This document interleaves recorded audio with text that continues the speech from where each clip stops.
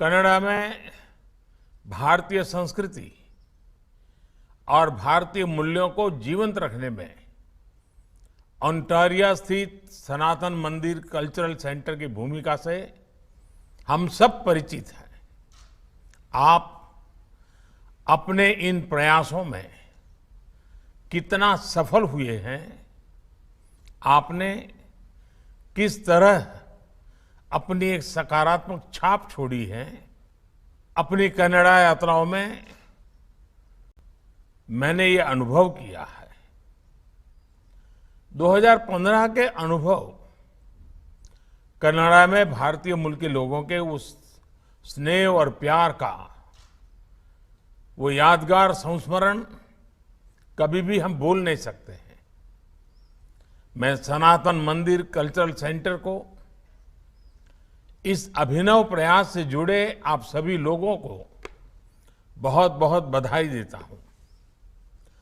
सनातन मंदिर में सरदार वल्लभ भाई पटेल की ये प्रतिमा न केवल हमारे सांस्कृतिक मूल्यों को मजबूती देगी, बल्कि दोनों देशों के संबंधों की प्रतीक भी बनेगी। साथियों, एक भारतीय दुनिया में कहीं भी रहे, कितनी ही पीढ़ियों तक रहे, उसकी भारतीयता, उसकी भारत के प्रति निष्ठा लेश मात्र भी कम नहीं होती। वो भारतीय जिस देश में रहता है, पूरी लगन और ईमानदारी से उस देश की भी सेवा करता है। जो लोकतांत्रिक मूल्य, जो कर्तव्यों का एहसास उसके पुरखे भारत से ले गए होते हैं, वो उसके दिल के कोने में हमेशा जीवंत रहते हैं। ऐसा इसलिए क्योंकि भारत एक राष्ट्र होने के साथ ही एक महान परंपरा है, एक वैचारिक अधिष्ठान है, एक संस्कार की सरिता है। भारत वो शीर्ष चिंतन है जो वसुधैव कुटुंबकम की बात करता है। भारत दूसरे के नुकसान की कीमत पर अपने उत्थान के सपने नहीं देखता। भारत अपने साथ संपूर्ण मानवता के, पूरी दुनिया के कल्याण की कामना करता है। इसलिए कनाडा या किसी भी और देश में जब भारतीय संस्कृति के लिए समर्पित कोई सनातन मंदिर खड़ा होता है, तो वो उस देश के मूल्यों को भी समृद्ध करता है। इसलिए आप कनाडा में भारत की आजादी का अमृत महोत्सव मनाते हैं, तो उसमें लोकतंत्र की साझी विरासत का भी सेलिब्रेशन होता है।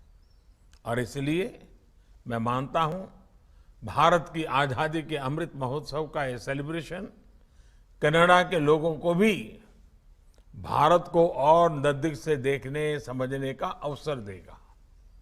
साथियों, अमृत महोत्सव से जुड़ा आयोजन, सनातन मंदिर कल्चरल सेंटर का स्थल और सरदार पटेल की प्रतिमा, ये अपने आप में भारत का एक बृहद चित्र है।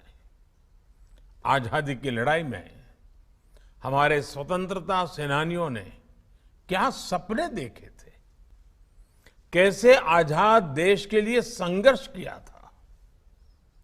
एक ऐसा भारत जो आधुनिक हो, एक ऐसा भारत जो प्रगतिशील हो, और साथ ही एक ऐसा भारत जो अपने विचारों से, अपने चिंतन से, अपने दर्शन से, अपनी जड़ों से जुड़ा हो।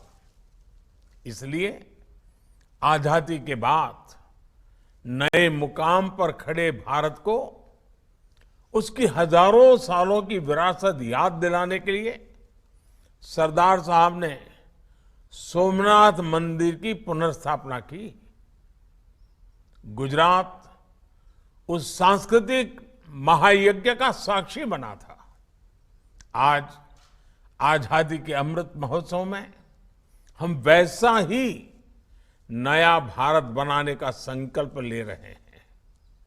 हम सरदार साहब के उस सपने को पूरा करने का संकल्प दोहरा रहे हैं और उसमें स्टैच्यू ऑफ यूनिटी देश के लिए बड़ी प्रेरणा है। स्टैच्यू ऑफ यूनिटी की प्रकृति के रूप में कनाडा के सनातन मंदिर कल्चर सेंटर में सरदार साहब की प्रतिमा स्थापित रहेगी। साथियों, आज का ये आयोजन इस बात का प्रतीक है कि भारत के अमृत संकल्प केवल भारत की सीमाओं तक ही सीमित नहीं है। ये संकल्प विश्व भर में फैल रहे हैं, पूरे विश्व को जोड़ रहे हैं। आज जब हम आत्मनिर्भर भारत अभियान को आगे बढ़ाते हैं तो विश्व के लिए प्रगति की नई संभावनाएं खोलने की भी बात करते हैं। आज जब हम योग के प्रसार के लिए प्रयास करते हैं तो विश्व के हर व्यक्ति के लिए सर्वे संतु निरामया की कामना करते हैं। क्लाइमेट चेंज और सस्टेनेबल डेवलपमेंट जैसे विषयों को लेकर भी भारत की आवाज पूरी मानवता का प्रतिनिधित्व कर रही है। ये समय भारत के इस अभियान को आगे बढ़ाने का है। हमारा परिश्रम केवल अपने लिए नहीं है, बल्कि भारत की प्रगति से पूरी मानवता का कल्याण जुड़ा है। हमें दुनिया को ये एहसास दिलाना है, इसमें आप सभी भारतीय मूल के सभी लोगों की बहुत बड़ी भूमिका है।